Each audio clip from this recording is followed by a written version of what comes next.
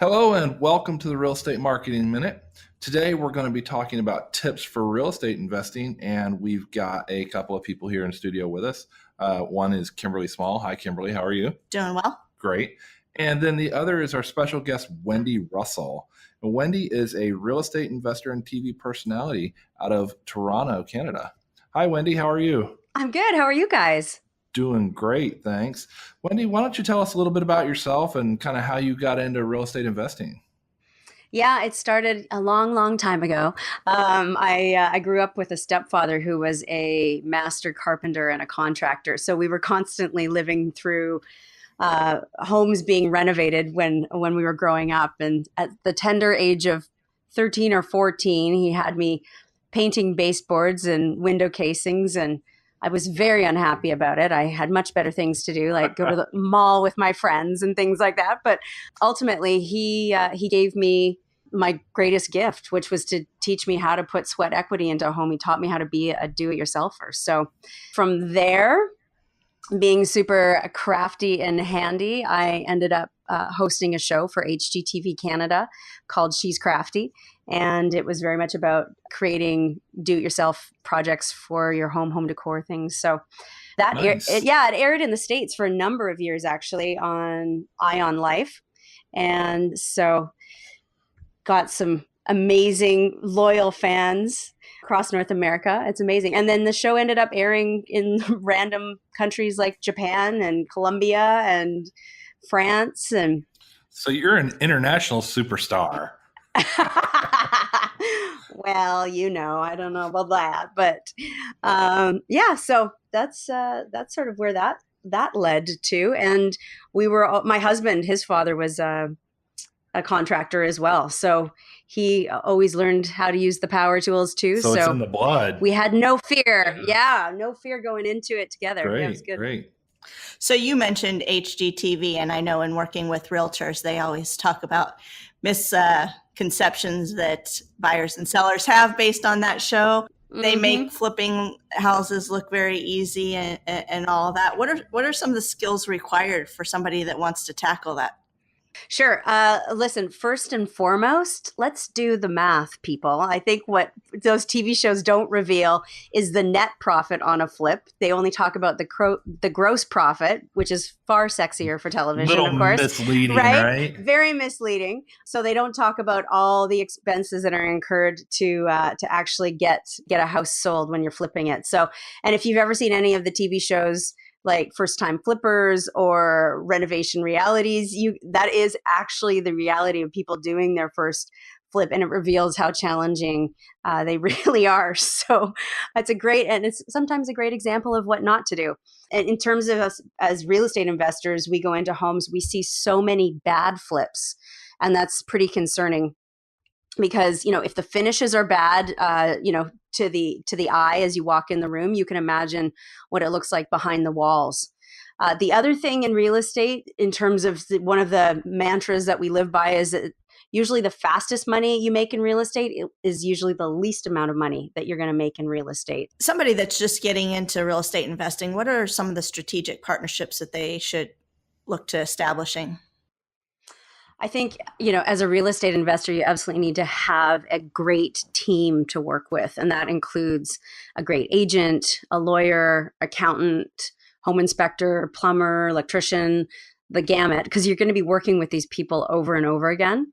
It's key, though, absolutely, to have your lawyer, your solicitor, and an accountant to be experts in real estate and real estate investing. And it's actually preferred if they are real estate investors themselves, because they will know the nuances that other accountants and lawyers may not.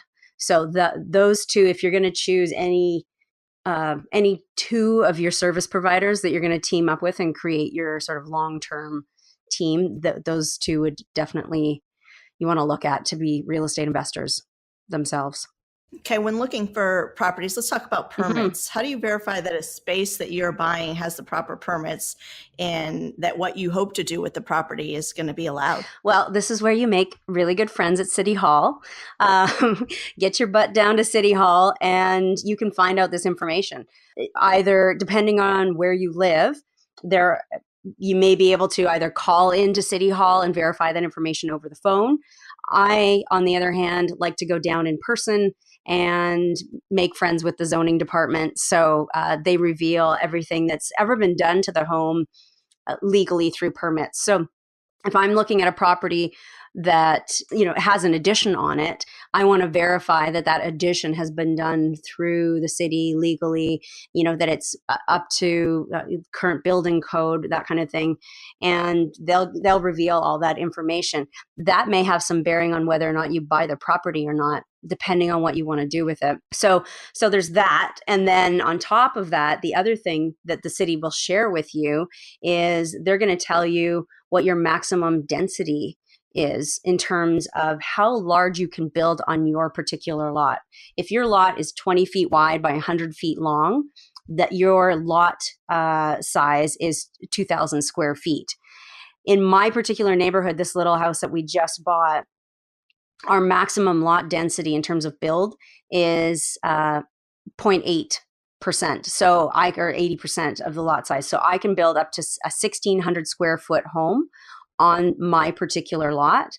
And we purchased this tiny bungalow at 610 square feet. So we can add almost 1,000 square feet, which is exciting.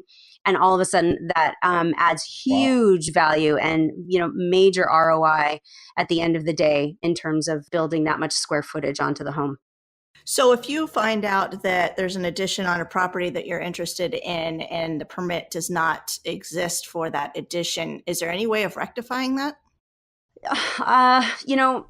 It's almost one of those things where you can either decide to tear it down and start from scratch and actually go through the proper channels to build it and build it safely, because ultimately you don't know what's under the walls, how they've done the foundation, all of those things that may have not been run by a structural engineer and signed off on by the city. So it's totally a personal decision. It's if you are planning to, add onto the property anyways, you can probably, consider taking down that addition that wasn't done legally or properly through the city and then start from scratch.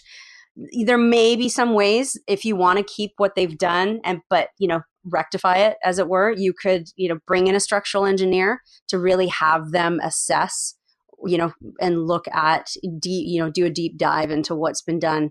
And then he'll give suggestions on how to possibly, improve on what's been done to make sure it's safe.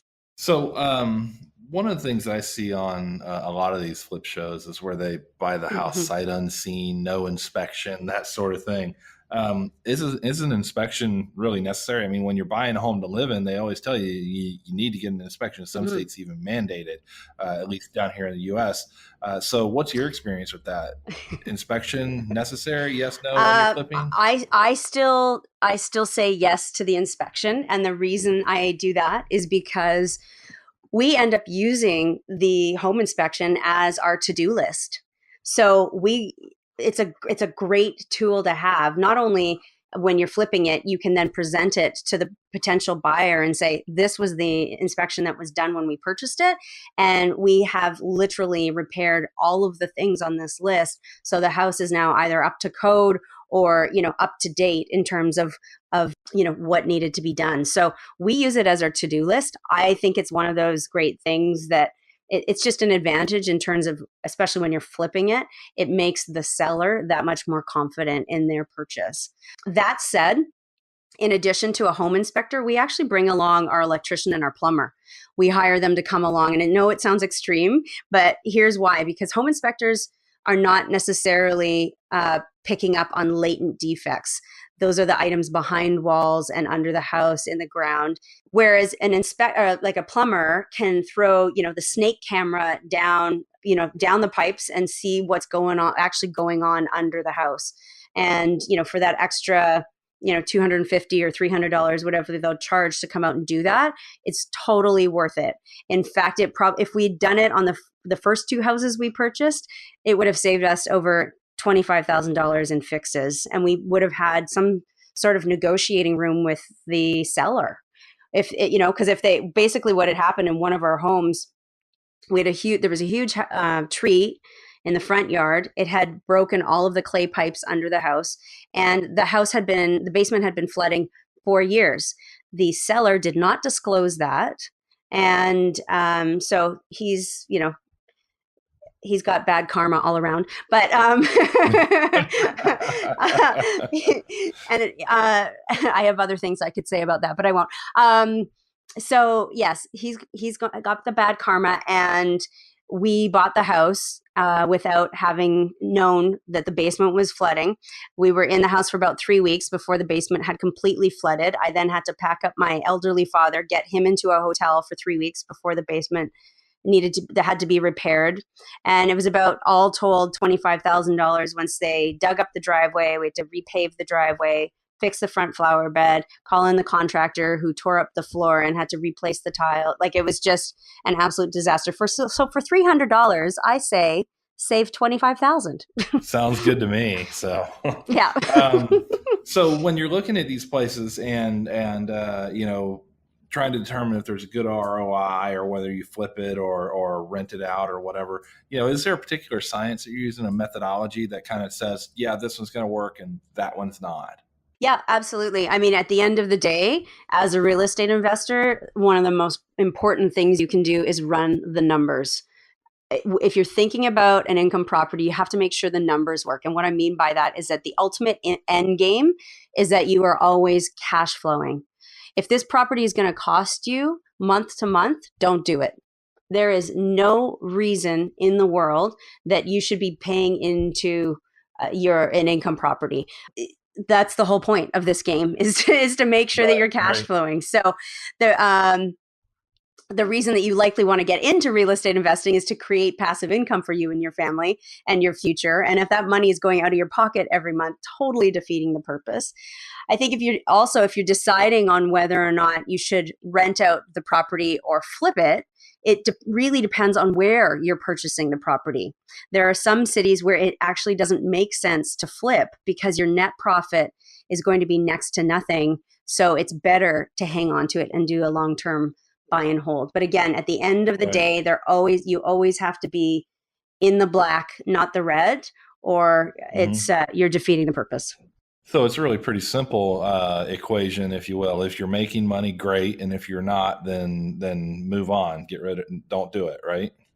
Absolutely. And I think there are a lot of things too that when you're running the numbers that rookie real estate investors maybe don't consider in terms of what they need to put into that calculation. There are things like, don't forget to add your property tax, your monthly insurance. And you can actually account for other things for income. If you can rent out a parking space or rent out the garage, that also will count as income. But there are so many things on this long list of expenses that people forget that it's really key to calculate in there. Great. So what about like incentives from cities for, a lot of cities have areas that have been run down a little bit and they're trying to go in and revitalize them. And we see here in Indianapolis, there have been some where they provide an incentive to somebody to come in and fix up a place. Have you encountered that yourself? Yeah, this one is another one of those. It totally depends on the city. You're exactly right, Adam. How hard was that area hit in the housing crisis? Where people were actually walking away from their homes, and now those towns and cities are urban blight. So those will be the cities that are providing incentives to real estate investors and developers, or even someone that's like, hey, you know what, this might be a great city for me to get started with my real estate portfolio because I can purchase a home for $20,000 and rehab it and go from there. So again, you want to start digging probably at your local city hall to see if they're offering anything, and even your local city councilor or somebody who go to the mayor, whoever it is in the town that you live in. They will know where to go to find out about any incentives being offered. You talk about making the numbers work. A lot of times you'll see that investors will do full cash offers. Is that what it takes? Again, it's back to really running the numbers, and it really also depends on where you're purchasing a home. For example, in Indianapolis, you may be able to purchase a home for, $20, $30, $40,000. In Toronto, where I'm at, it's hard pressed to find a house for $600,000. So full cash offers here doesn't make sense in cities where you can actually purchase it with cash. That's another thing. Now, one of the things that you need to know another mantra rule that we live by as real estate investors is we're actually not trying to pay off our properties.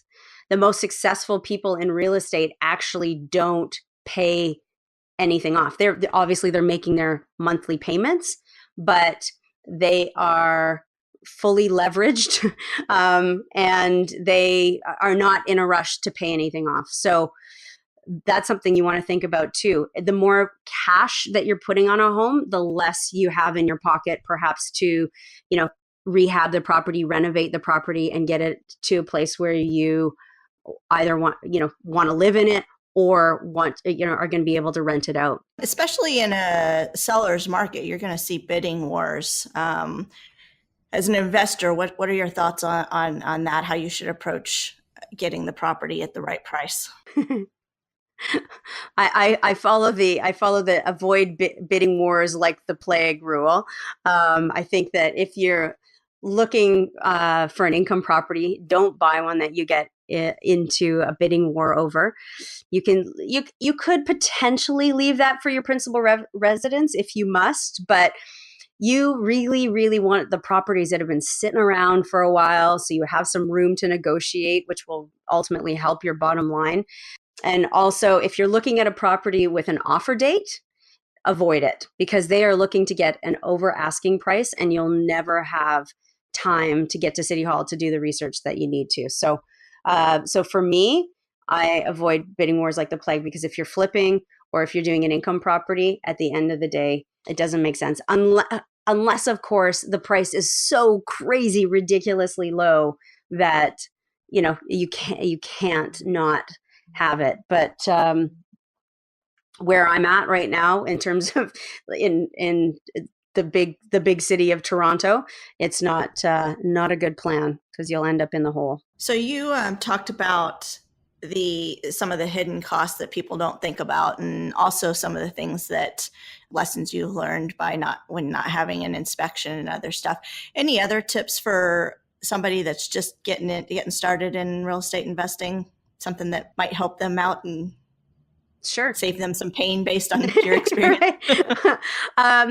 I think in terms of hidden costs, that's going to vary property by property depending on what you decide to do to it. Is it a full rehab? Is it maybe underperforming in some way? So it's not a full renovation, but it's underperforming. Or is it a turnkey property? For example, if you're going to do a full rehab, you need to budget for an architect, a structural engineer, your land survey, temporary fence rentals, a porta potty, all of these things where you're like, oh my gosh, I forgot I had to have a fence and a porta potty, because once you take the plumbing out of the house, that's it. And if you're working with an architect, you want to find one, this sounds really silly, but you want to find one that's got a large scale printer in their office, and they're actually going to include those 24 by 36 drawings for you. Because otherwise you go to a printing company, they're going to charge you anywhere from $300 to $500. So hopefully you've got an architect that's, it's included in your flat rate that you negotiate with them, that they'll give you these drawings, because it's not cheap. And the other thing is, if you're in terms of not so obvious costs, I guess, if you're going to do the demolition yourself, you also need to budget for disposal bins, tool rentals, maybe even some tool purchases. If you find yourself using the same tool over and over again, you're like, okay, I finally need to buy that demolition hammer because I'm using it all the time. So those types of things need to be included. Okay. Little amounts can all add up to boy, do they ever. Yeah. I've never run into that myself. That's for sure. No, you're lucky. You're magical. You're like the unicorn. No sarcasm there. So, it's funny, the people that do get into real estate investing, right? Some of them are real estate agents, decide that they want to try their hand at flipping homes just because they come across these deals. And then others are people who are not real estate agents, but they have to have a real estate agent involved in the transaction in order to help them get the place sold. I shouldn't say have to, but most of the time they do. Mm-hmm. So in your experience, what are some of the things that you look for when you're working with an agent and deciding to work with them in this particular area, flipping and renting, that sort of thing? And, is that really kind of the traditional buyer-seller relationship, or is it different?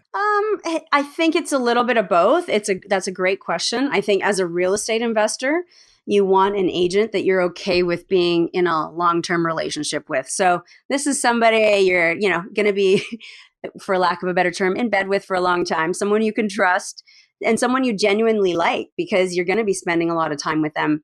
If you're serious about real estate investing, that's going to be your right hand, and someone that you would actually go, I use the analogy, if you'd actually go and sit down and have a meal and a beer with them, and you trust them on that level that, like, I like this person enough, I can have a beer with you. You need someone you can trust to actually bring you off market deals or pocket deals, that kind of thing. So those are the kind of conversations that you want to have with them and say, hey, listen, if you, get a line on something about, your cousin's, husband's wife is, or your cousin's husband's uncle is selling their house, and it hasn't hit the market yet, let me know. So those pocket Right. deals are a great way to make money in real estate. It's a win-win situation for both parties. An example is my agent knew that we were looking for a home that we could split into 3 units. We were going to live in one of the units, rent out the other 2. And she knew a gentleman that she'd worked with years ago. He'd gotten himself in a bit of financial trouble, and he was getting pretty desperate to sell. But on the other hand, was also kind of this, older, stubborn, kind of introverted guy who didn't want a bunch of people traipsing through his house. So he gave her all sorts of parameters. He said, if you are going to sell my house, here are the rules. No for sale sign on the front yard. No showings after 7 p.m. If you are doing showings, I need to be there, and no open houses. And she's like, oh, that's great. How am I supposed to sell your house? Yeah, Wow. that makes it easy. So she said, well, here's the situation for you. I have a couple that's interested, which will avoid the hundreds of people that are going to come traipsing through your house. You don't have to put a for sale sign up. There are going to be no open houses, no showings, all of that. We'll get them in once. If they're interested, it's kind of a done deal. And that one was a win-win-win for the 3 of us. He got his way, the agent made the commission, and we got a house at far less than it would have been if it had actually hit the market. So that was really exciting. So that's a great example of having your agent in the back of their mind, always thinking about, hey, looking out for you if they get a line on a house that could be possibly sold without it being listed. So that's been great, really interesting stuff here. Before we wrap up, do you have anything else that you want to add? I would just say, if you have the time and the inclination, consider being your own project manager. I'm acting as our general contractor or project manager. It is saving us a significant amount of money. It's usually at least 15% of the total project cost to have a contractor. So if you're doing a $200,000 project, you're paying them at least $30,000. And then they also manage the project for you. But that's why they take on numerous projects at once, because Right. it's 30 grand to them is not a ton of money. So they're working on a whole bunch of different projects. And that's why people usually complain that their contractor never seems to be around. And to be totally honest, I'm just way too much of a control freak to not be in charge here. You do need to be ultra organized, for sure. Sorry, go ahead. Yeah, it sounds like it saved you a considerable amount of money too. Yeah, so it does. And that adds up after a while. You flip a few houses, 30 grand a pop, that's 100 grand after a couple of houses, 3 houses, right? So listen, yeah. If you're like J. Paul Getty and you have all the money in the world, you can pay someone to be your general contractor. I am not that guy. So I am just going to run the show myself. Yeah. I also work with Scott McGilvery from Income Property. He created a real estate investing education company called Keyspire with his university buddy. So Scott and my colleague Darren and I speak on the topic of real estate investing. So keep an eye out for us. We're maybe coming to a city near you soon. It's keyspire.com, or you can check out createcashflowformula.com. And my TV stuff is on cityline.tv, and some of my Reno handiwork is at wendyrussell.com. So got a whole bunch of things to check out there. Awesome. Great. So we'll make sure and include those in the description as well, in the blog posts and stuff like that. So, all right. Wendy, thank you so much for joining us. It's been very informative. Learned a lot today. Cool. And to all of our listeners out there, this has been the Real Estate Marketing Minute. Thanks for listening. We'll see you next time.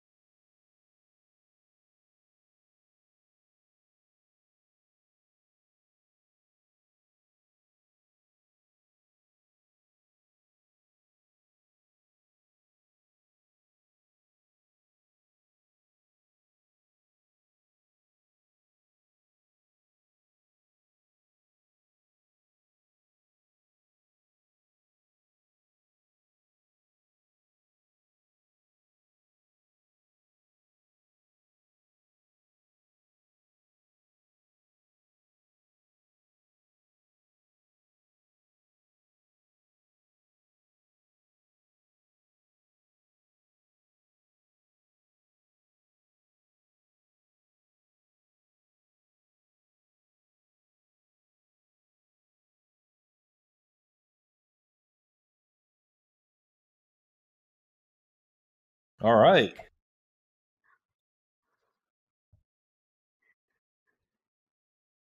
Thanks, guys. Bye.